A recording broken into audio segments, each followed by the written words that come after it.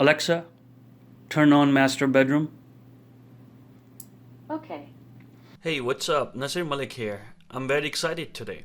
I have been working on this project for a while and finally here is the first video. I guess home automation is still in early stages, so I started to do some research and finally came to the conclusion that I have to build one myself.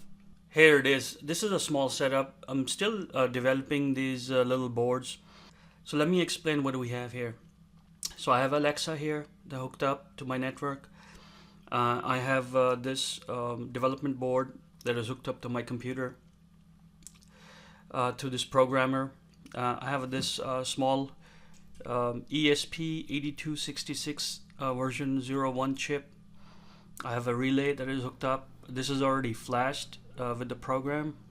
I'm going to ask Alexa to discover devices on my network,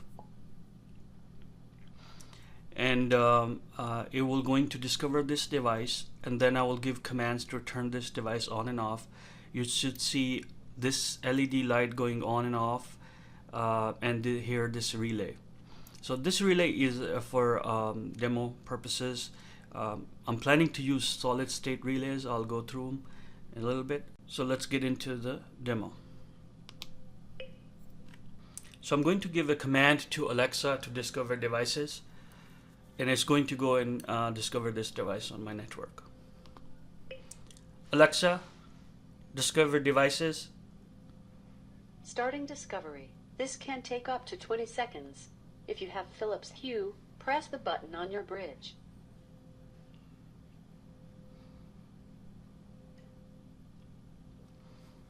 So I'm going to wait. It takes a little bit of time. So even if you have one or multiple devices, it will discover it. Discovery is complete. I found one smart home device. If your Philips bulbs were not discovered, please press the button on the bridge and rerun discovery. So now it did discover this device on my network. So now I'm going to give commands, and I'm going to ask Alexa to turn these on and off. So let's give it a command to turn it on, and you should see a clicking noise from this LED. Clicking noise from this relay, and this LED should turn on. Alexa, turn on master bedroom. Okay. So as you can see, this light is on now. So I gave a partial command, so I'm going to give a full command now. Alexa, turn off master bedroom fan. Okay. So as you can see, the commands don't need to be full formatted the way they're flashed into the device. They could be partial. As long as they're a match, it will work. Otherwise, it will ask you which one to turn on and off. So this is very simple setup here. So I'm using a program to program this ESP8266, and this is very nice. I prefer these on instead of Arduino devices because of the form factor and also the onboard Wi-Fi. If you look at the Arduino board, this is Arduino Nano. It doesn't have Wi-Fi, so for you to hook it up to your network, you need Wi-Fi. You can actually use Arduino with ESP8266 to provide Wi-Fi functionality, but since it has a programmer chip on it, so you can flash it and put your own programs. So I'm using this instead because the program size is very small. You can solder in more memory on it if you need more space. I bought a couple of these to experiment with, and I was very happy. If you look at the size with Arduino Uno, this is a very small form factor. So I got this, and this has two GPIO connectors, and they're not enough because I'm trying to set up fans and lights with like a sort of like a three-way switching kind of thing. So if I physically turn on and off a device, or appliance, I want this device to know that this is turn on and off, and then if I use Alexa to do it. So I want to be able to have it both ways.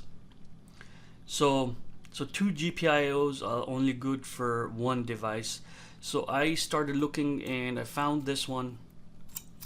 This is ESP8266 12E version, and it has a lot more GPIO connectors on it. As you can see, let me see if I can close in. So this is so I really like this one. So this is better. So now I can hook up as many devices as the number of GPIOs are on this one. And if you look at it, the form factor is much smaller than the 01 version. So I wanted a small form factor so I can package this little small device and put it into, to the wall socket and be able to have it invisible, so not to know that the device is there, and then control it through Alexa. I'm planning to have these Alexa devices embedded throughout the house, and also planning a kill switch for them, so if I want to shut them down at the same time, so I can have them turn off and on at the same time. So let me walk you through some of the stuff I have. So this is a mechanical relay, and you can hear clicking noises when it turns on and off. So I started looking, I saw this relay. It's a pretty big, hefty relay if you need to control a big load.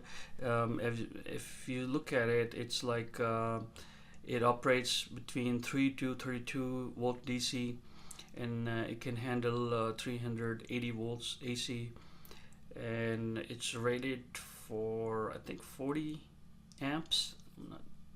Yeah. So this is something if you want to really control something heavy duty. Also, I looked at this. So this is the one I'm planning to use. This is rated up to 2 amp. So this is really nice. It's a solid state relay. The form factor is really small, and you can fit multiple of them on a board, and then you can, put them inside the socket, and it's easy to put them in. I also started looking at some power supplies. This is a small, cheap power supply.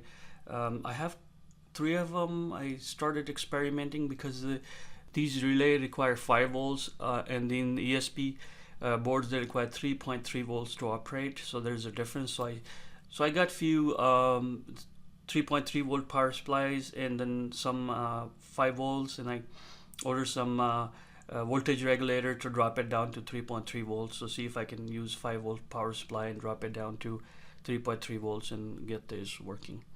Also got a couple of different other power supplies that are packaged neatly, nicely, so there's a less fire hazard and stuff compared to these ones. They're really cheap. So I'm going to be playing around some of these things. These are some of the sensors I'll be using, humidity and temperature sensors with these devices. So we'll probably go through all these. So this demo, I wanted to show you just what I've been working on, and let me walk you through some of the boards I will be using.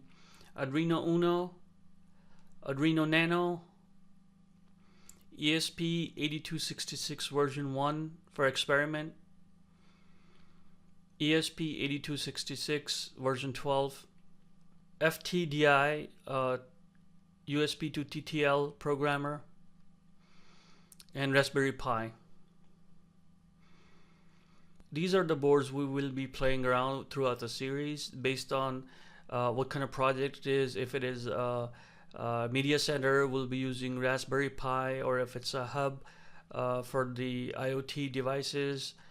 If there's individual switches and devices that we need to control through Alexa or the smartphone, we'll be using ESP8266 version 1 or 12 based on how many GPIOs we need. So here's a carbon monoxide sensor that we'll be using, carbon dioxide sensor, relay to control devices, distance sensor. I'll be using these to open and close garage doors, or detect if the garage door close garage doors and detect if the garage door is open and closed. IR sensor and transmitter and receivers to control